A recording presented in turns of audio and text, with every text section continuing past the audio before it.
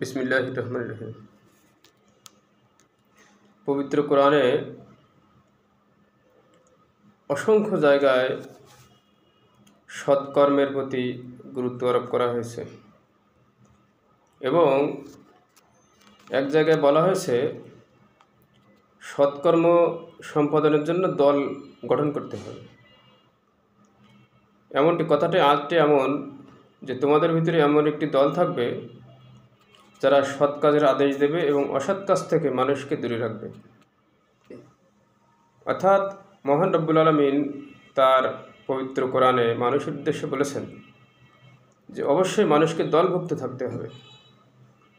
শুধু একাকী নামাজ পড়লে, রোজা রাখলে, হজ করলে, যাকাত দিলে হবে না। দলবদ্ধ থাকতে হবে এবং ঐক্যবদ্ধভাবে সৎকর্ম করতে হবে এবং অসৎকর্ম থেকে মানুষকে দূরে রাখতে হবে। অনেক সৎকর্ম আছে যা নিজে একা করা যায়, আবার অনেক অসৎকর্ম আছে যেটা একা রোধ করা সম্ভব। কিন্তু মহান রব্বুল আলামিন তার এই আয়াতে বলে দেননি যে কোন সৎকর্মগুলি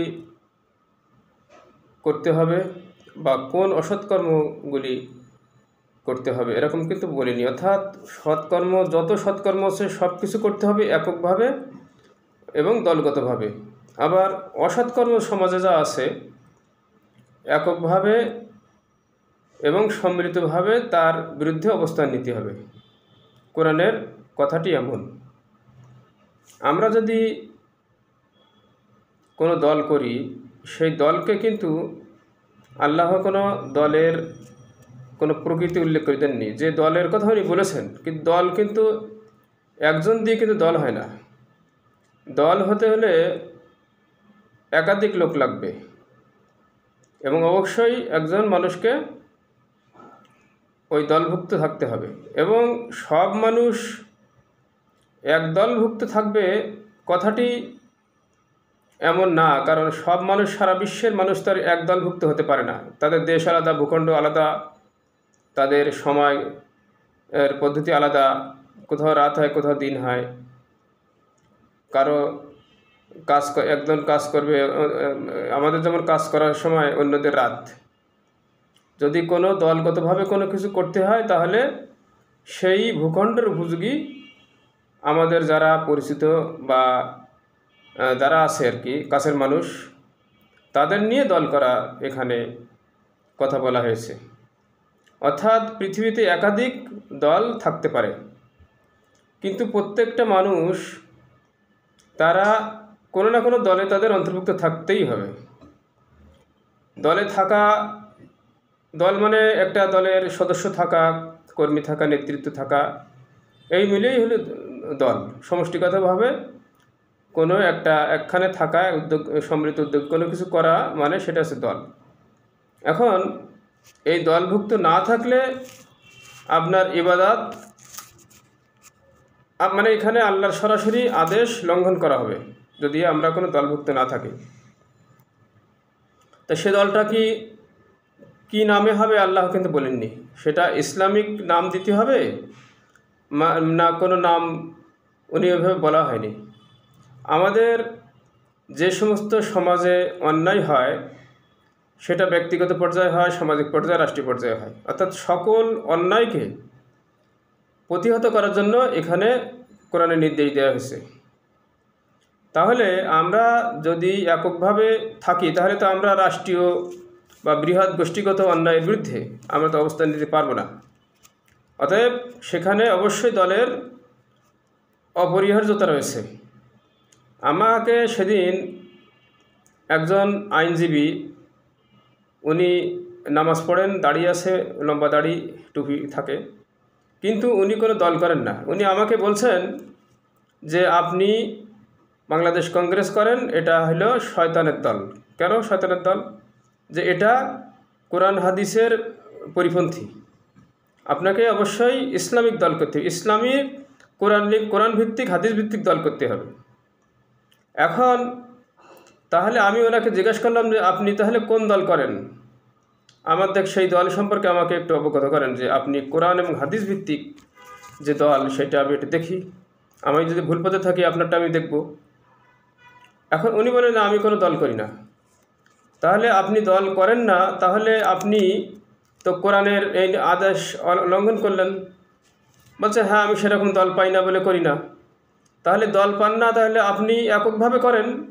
আপনি দল পান না বলে কি আপনি ওই কোরআনের আদেশের বাইরে যেতে পারবেন?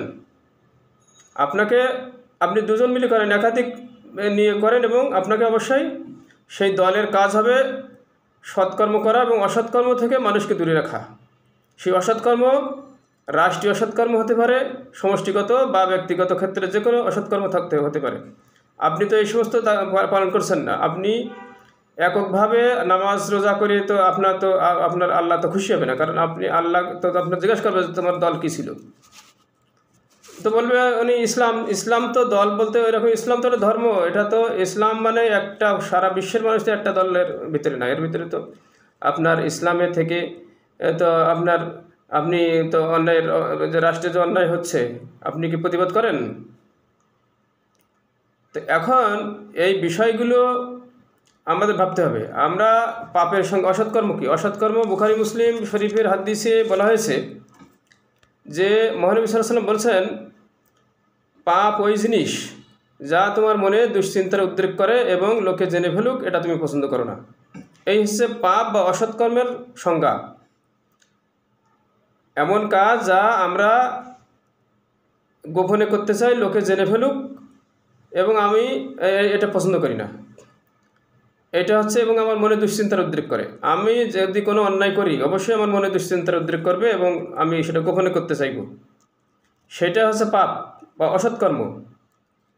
এখন এর বাইরে আর অসৎকর্ম নেই, যেগুলো প্রকাশ্যে করা যায়, লাজ লজ্জার থাকে না বা আমার মনে দুশ্চিন্তার উদ্রেক করে না যে আমি কাজটা ভুল করিনি, তাহলে সেটা অবশ্যই পাপ না, বুখারী এবং মুসলিম শরীফের এই হাদিস অনুসারে।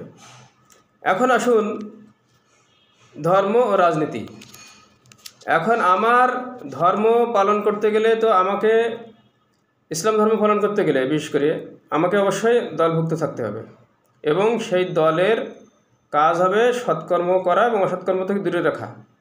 তাহলে সেটা কি? সেই দলটা তো আমার রাজনৈতিক দল হতে পারে বা না হতে পারে, সামাজিক সংগঠন হতে পারে, কিন্তু সামাজিক সংগঠন করে, সাংস্কৃতিক সংগঠন করে বা অন্য ধর্মীয় সংগঠন করে কি আমি রাষ্ট্রীয় অন্যায় অপকর্মের বিরুদ্ধে আমি অবস্থান নিচ্ছি কিনা? যেমন আমাদের দেশে ধর্মভিত্তিক অনেক সংগঠন আছে, তারা রাষ্ট্রীয় অন্যায়ের বিরুদ্ধে অবস্থান নেয় না, কোনো প্রতিবাদ করে না। তাহলে তারা তো পূর্ণাঙ্গ ধর্ম পালন করে না। তারা দল হতে পারে, কিন্তু তারা সৎ কাজের আদেশ দেয় না, সৎ কাজ করে না, অসৎ কাজ থেকে দূরে রাখে না। এমন অনেক সংগঠন আছে, আমাদের বিভিন্ন মতাদর্শ ভিত্তিক সংগঠন আছে, যারা এই রাষ্ট্রে যে অন্যায় করে, রাষ্ট্রে যে টাকা পাচার করে, রাষ্ট্রীয় শক্তি ব্যবহার করে মানুষকে আয়না ঘরে দিচ্ছে, মিথ্যা মামলা দিয়ে হয়রানি করছে, এই যে দ্রব্যমূল্য বৃদ্ধি পায়, সিন্ডিকেট, চাঁদাবাজি, সন্ত্রাস, বিচার বহির্ভূত হত্যাকাণ্ড, মানুষকে নির্যাতন করা, চুরি ডাকাতি, ঘুষ দুর্নীতি, এগুলোর বিরুদ্ধে অনেক সংগঠন আছে যারা কোনো কথাই বলে না, যারা কোনো প্রতিবাদ করে না। তারা আবার ওই যারা অন্যায়কারী তাদের আবার ভোট দেয়। এরা নামাজও পড়ে, এরা রোজা রাখে, হজও করে, আবার নিজেদেরকে সৎ মনে করে। আসলে এটা যদি করেন তাহলে আপনি এই দল কিন্তু অসৎকর্মের সহযোগী হয়ে গেল। অর্থাৎ কোরআন এবং হাদিসের দৃষ্টিতে আপনি অন্যায় যে করে, অন্যায় যে সহে, এটা যদিও কবিতার ভাষা, তবে হাদিস কোরআনে এটাই কিন্তু আসে যে অন্যায়কে আপনি প্রতিবাদ না করা মানে আল্লাহর ওই আদেশ, যে সৎকর্মের আদেশ অসৎকর্ম থেকে দূরে রাখা, এটা ব্যক্তিগতভাবে এবং সমষ্টিগতভাবে এটা কিন্তু আপনার বা আমাদের উপরে দায় চাপবে। আমরা তার জন্য দায়বদ্ধ থাকব। আর যদি ধর্ম বাদ দিয়ে রাজনীতি হয়, আপনার দলের তো কোনো ধর্মভিত্তিক নাম থাকতে হবে এমন না। অনেক ইসলামী নামে দল আছে, রাজনৈতিক দল আছে, তারা কিন্তু এ ধরনের অন্যায় প্রতিবাদ করে না। তারা গা সওয়া কিন্তু রাষ্ট্রের এই যে ভোটাধিকার লঙ্ঘন, গণতন্ত্র হরণ, এসব কিছু কিন্তু দুর্বৃত্ত লম্পটদের যে আজকে তারা প্রতিনিধি হচ্ছে, তারা প্রশাসনে জেকে বসছে, এইসব কিন্তু তারা সহ্য করে। তারা কিন্তু নামে ইসলাম দল হলেও কিন্তু আসলে তারা কোনো এই ধরনের কোনো কাজ করে না। এবং ইসলাম শব্দ বা ধর্ম শব্দ না করেও যে রাজনৈতিক দলগুলি আছে, এরা যদি কোরআন এবং হাদিসের সরাসরি কোনো বিরোধিতা না করে, বিধানকে লঙ্ঘন না করে, বা তারা যে সৎকর্ম করে এবং অসৎকর্ম থেকে মানুষকে দূরে রাখার চেষ্টা করে, তাহলে তো আর সেখানে আমার ধর্ম ভিত্তিক নাম দেওয়ার কোনো দরকার থাকে না। আমি কোনো অন্যায় করছি কিনা, আমাদের দল কোনো অন্যায় করে কিনা, কোরআনকে অবমাননা করা বা কোরআনের আদেশ লঙ্ঘন করার জন্য কোনো কাজ করি কিনা, এবং আমরা মানুষকে বাধা দেই কিনা সৎকর্মে, এই ধরনের এগুলি দেখার বিষয়। কিন্তু আমার দলের নাম ইসলামিক হতে হবে। ইসলামী দল কি করে? ইসলামী নাম দিয়ে তারা যা করছে, আমি ইসলাম নাম দিয়ে যদি নাম না দিয়ে যদি যা করি, তাহলে তো সমান হয়ে গেল। কারণ তারা তো, যারা ইসলামের নামে দল গঠন করেছে, তারা তো আলাদা কোনো কাজ করে না। তারা অন্যান্য সাধারণ দল যা করে তারাও তাই করে। তাদের হয়তো লেবাস হয়তো ইসলামিক থাকতে পারে, বা ইসলামিক যারা ধর্মীয় লোক বেশি, ধর্মভীরু লোক বেশি, হয়তো তাদের একটা থাকতে পারে। কিন্তু রাষ্ট্রীয় কাঠামো বা রাষ্ট্রীয় পদ্ধতি, রাষ্ট্র পরিচালনায় তারা কিন্তু আলাদা কোনো পদ্ধতি নিচ্ছে না। কোরআন হাদিসে দোহাই দিলেও তাদের হাতে এমন কোনো শাসনতন্ত্রের রূপরেখা নেই, এমন কোনো সংবিধান আলাদা নেই, বা এমন কোনো জুডিশিয়াল কোনো বিচার পদ্ধতি নেই, বা অর্থ পদ্ধতি, শিক্ষা পদ্ধতি তারা কিন্তু দিতে পারছে না। তারা কিন্তু এই গতানুগতিক রাষ্ট্রীয় যে গতানুগতিক সিস্টেম, এর ভিতর থেকেই কিন্তু তারাও শাসন করবে। তারা আলাদাভাবে হয়তো তারা সততা মেনটেন করবে, কিন্তু সততা মেনটেন করা তো এটা কোনো বিষয় না। এটা তো সবাই সততা মেনটেন করতে হবে। এটা ইসলামী দল বা ইসলাম যাদের নাম নেই, তারাও সবাই সততা মেনটেন করবে, এটা রাষ্ট্রীয় দায়িত্ব আপনার।